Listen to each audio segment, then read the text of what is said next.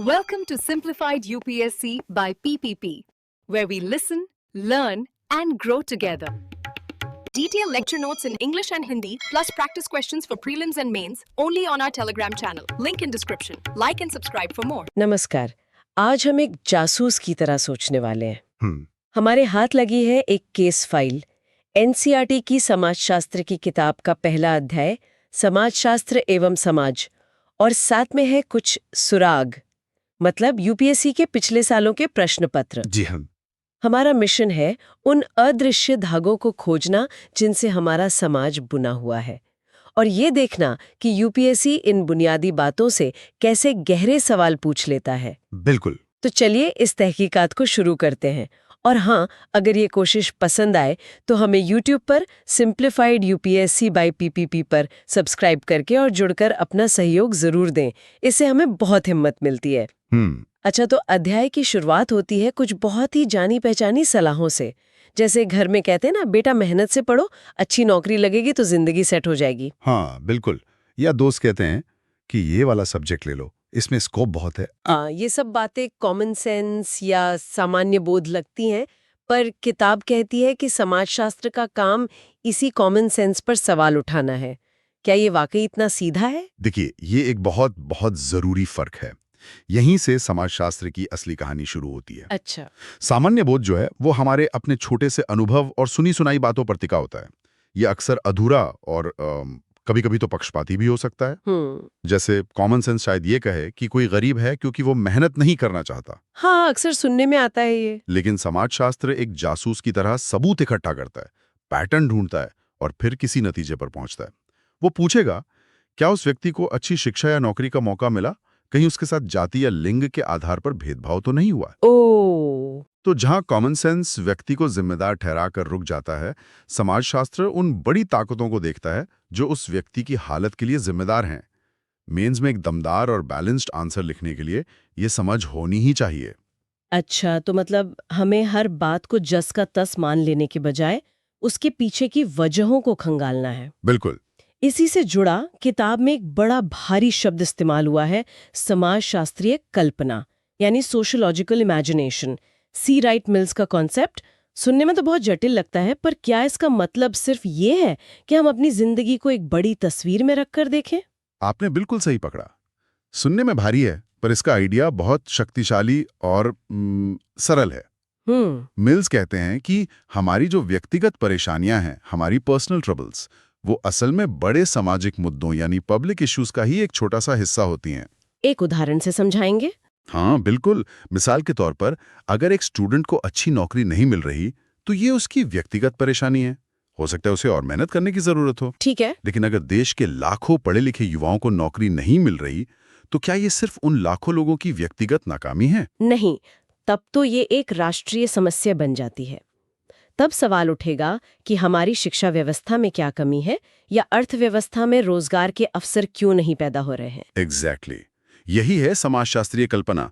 ये हमें मैं की समस्याओं को हम की चुनौतियों के तौर पर देखना सिखाती है। अच्छा। किताब में बेघर होने का भी उदाहरण है।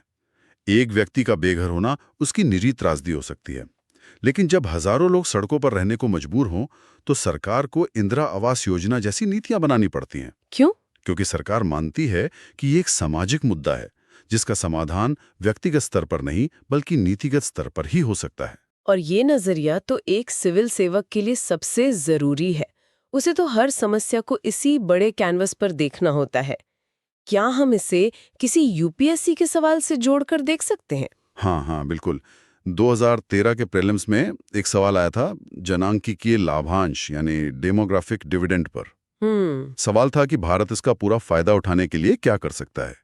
सही जवाबों में से एक था कौशल विकास को बढ़ावा देना, प्रमोटिंग स्किल डेवलपमेंट। जी। अब इसे समाजशास्त्रीय कल्पना से जोड़िए। किसी एक व्यक्ति के लिए स्किल सीखना नौकरी पाने का एक निजी तरीका है। ये उसकी पर्सनल ट्रबल का हाल है। सही बात है। लेकिन जब देश की 65% आबादी 35 साल से कम उम्र की हो, तो उन करोड़ों युवाओं को स्किल देना एक पब्लिक इशू बन जाता है।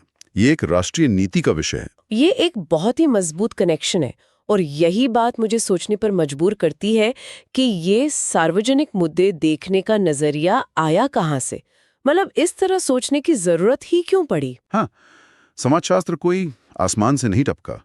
ये 18वीं-19वीं सदी के यूरोप में पैदा हुआ, जब वहां सब कुछ बदल रहा था। औद्योगिक क्रांति। औद्योगिक क्रांति हुई, लोग गांवों से निकलकर शहरों में बसने लगे, बड़े बड़े कारखाने खुल रहे। पहले जहां लोग एक दूसरे को जानते थे, अब शहरों में लाखों अजनबियों की भीड़ थी। एक नया समाज बन रहा था और उसके साथ नई समस्याएं भी। गरीबी, गंदगी, अपराध, अकेलापन। इसी उथल-पुथल को समझने की कोशिश में समाजशास्त्र का जन्म हुआ। किताब में 1956 की फिल्म CID के गाने का जिक्र बड़ा सटीक लगता है। ए दिल है मुश्किल जीना यहाँ, जरा हट के, जरा बच के, ये है बॉम्बे मेरी जान। बिल्कुल, वो गाना उस नए शहरी जीवन की बेचैनी और भागदौड़ को आज भी ताज़ा कर देता है। जब मैंने पहली बार ये पढ़ा कि भारत में औद्योगिकरण का अनुभव इससे बिल्कुल अलग था, तो मुझे थोड़ा झटका लगा।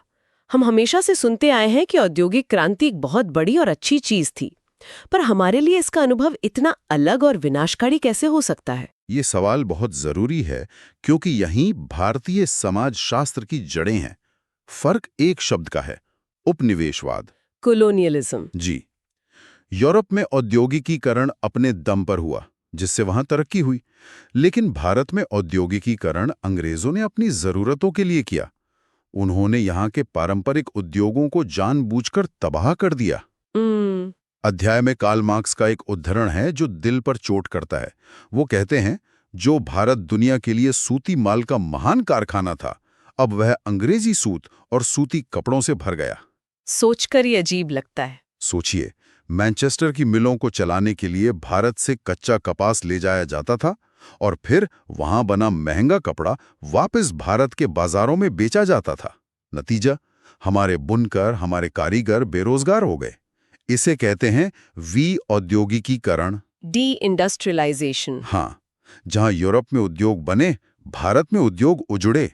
यानी एक ही घटना के दो बिल्कुल विपरीत चेहरे थे, और इसका असर तो हमारे पूरे समाज के ताने बाने पर पड़ा होगा। बहुत गहरा असर पड़ा। जो कारीगर शहरों और कस्बों में काम करते थे, वो बेरोजगार होकर वापस गांवों की तरफ भागे और खेती पर बोझ बन गए। इससे गांवों में गरीबी और बढ़ी। अंग्रेजों ने नई जमींदारी प्रथा लागू की, जिसने किसानों का शोषण और तेज कर दिया। अब इस पूरी पृष्ठभूमि को ध्यान में रखकर 2013 के एक और सवाल को देखिए। प्रीलिम्स में बंगाल के तेभागा किसान आंदोलन पर एक सवाल था। तेभागा मूवमेंट। जी, यह आंदोलन 1946-47 में हुआ था, जिसमें बटाईदार किसान मांग कर रहे थे कि उन्हें फसल का 2/3 हिस्सा मिले। अच्छा। अब एक सतही नजर से देखें तो यह सिर्फ फसल के बंटवारे का झगड़ा लगेगा, लेकिन समाजशास्त्रीय दृष्टिकोण हमें बताता है कि इस आंदोलन की जड़ें 150 साल की औपनिवेशिक नीतियों में थीं। मतलब विऔद्योगीकरण, कृषि पर बढ़ता बोझ, बिल्कुल, और जमींदारी प्रथा का शोषण। बिल्कुल। जब हम इतिहास को ऐसे जोड़कर देखते हैं तो रटना नहीं पड़ता, चीजें खुद ब खुद समझ आने लगती हैं। ये तो कमाल का विश्लेषण है। इसने तो इतिहास को देखने का मेरा नजरिया ही बदल दिया। चलिए अब आगे बढ़ते हैं। अध्याय में समाजशास्त्र के दायरे और दूसरे सामाजिक विज्ञानों जैसे अर्थशास्त्र या राजनीति विज्ञान से उसके रिश्ते की बात की गई है। ये थोड़ा कंफ्यूजिंग हो सकता है। समाजशास्त्र अलग कैसे है? हाँ, ये सभी विषय समाज का ही अध्ययन करते हैं, लेकिन सबका लेंस अलग-अलग होता है। जैसे अर्थशास्त्र को लें, वो मुख्य रूप से उत्पादन, खपत, बाजार, इन सब के इर्द गिर्द घूमता है। वो मानकर चलता है कि इंसान एक तर्कसंगत प्राणी है जो हमेशा अपना फायदा देखकर फैसले लेता है। पर ऐसा तो नहीं होता। बिल्कुल, समाजशास्त्र यहीं पर कहता है, एक मिनट रुको, क्या हम वाकई हमेशा सिर्फ फायदा नुकसान देखकर चीजें खरीदते हैं? नहीं, बिल्कुल नहीं। कई बार हम कोई चीज इसलिए खरीदते हैं क्योंकि वो एक स्टेटस सिंबल है, या हमारे दोस्तों के पास है, या किसी विज्ञापन ने हमें यकीन दिला दिया है कि हमें उसकी जरूरत है। एग्जैक्टली। यही समाजशास्त्र और अर्थशास्त्र का फर्क साफ होता है। अच्छा। अर्थशास्त्र शायद ये मान ले कि हमारी जरूरतें पहले से तय हैं, जबकि समाजशास्त्र ये दिखाता है कि कैसे बाजार, विज्ञापन और हमारा कल्चर हमारी जरूरतें बनाता है। एक महंगा फोन सिर्फ एक डिवाइस नहीं, बल्कि एक सामाजिक बयान भी है। सही बात है। समाजशास्त्र हमें इस क्यों को समझने में मदद करता है। वो आर्थिक व्यवहार के पीछे छिपे सामाजिक कारणों जैसे प्रतिष्ठा, पहचान और जीवन शैली को उजागर करता है। ये तो बहुत दिलचस्प है। इसका मतलब है कि एक अच्छा प्रशासक बनने के लिए सिर्फ आर्थिक आंकड़े समझना काफी नहीं है, बल्कि समाज उन आंकड़ों पर कैसे प्रतिक्रिया देता है ये समझना भी उतना ही जरूरी है। बिल्कुल। और यही अंतर्विषयक दृष्टिकोण, मतलब इंटरडिसिप्लिनरी अप्रोच, मेंस के उत्तरों में जान डाल देता है। किताब में फ्रांसीसी समाजशास्त्री पियरे बोर्डियू का एक शानदार विचार है।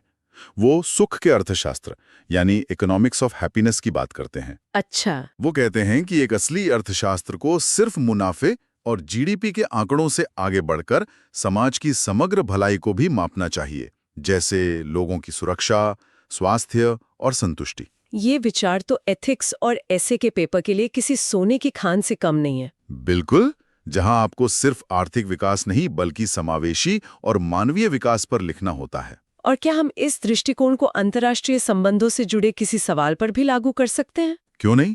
2013 के जीएस पेपर 2 में विश्व बैंक और आईएमएफ यानी ब्रिटेन वुड संस्थाओं की भूमिका पर एक सवाल आया था। एक सामान्य उत्तर उनकी आर्थिक भूमिका बताएगा। वो देशों को कर्ज देते हैं, आर्थिक स्थिरता के लिए काम करते हैं, वगैरह। जी। लेकिन एक समाजशास्त्रीय दृष्टिकोण हमें पर्दे के पीछे देखने की क्षमता देता है। हम ये सवाल पूछ सकते हैं कि इन संस्थाओं की नीतियां कौन तय करता है? क्या इन पर पश्चिमी देशों का दबदबा है? जब ये किसी विकासशील देश को कर्ज देते हैं तो उसके साथ जो शर्तें लगाते हैं उनका उस देश के गरीबों, महिलाओं और किसानों पर क्या सामाजिक प्रभाव पड़ता है? क्या उनकी नीतियां असमानता को कम करती हैं या बढ़ाती हैं? ये विश्लेषण उत्तर को औसत से कई ज्यादा गहरा और आलोचनात्मक बना देगा। बिल्कुल। तो आज की इस पूरी चर्चा का निचोड़ ये है कि समाजशास्त्र का ये पहला अध्याय सिर्फ एक विषय से परिचय नहीं है, बल्कि ये समाज को देखने का एक नया चश्मा है। सही कहा। ये हमें सिखाता है कि जो चीजें हमें बिल्कुल सामान्य, प्राकृतिक या व्यक्तिगत लगती हैं, उनके पीछे भी बड़े बड़े सामाजिक पैटर्न्स और ताकतें काम कर रही होती हैं।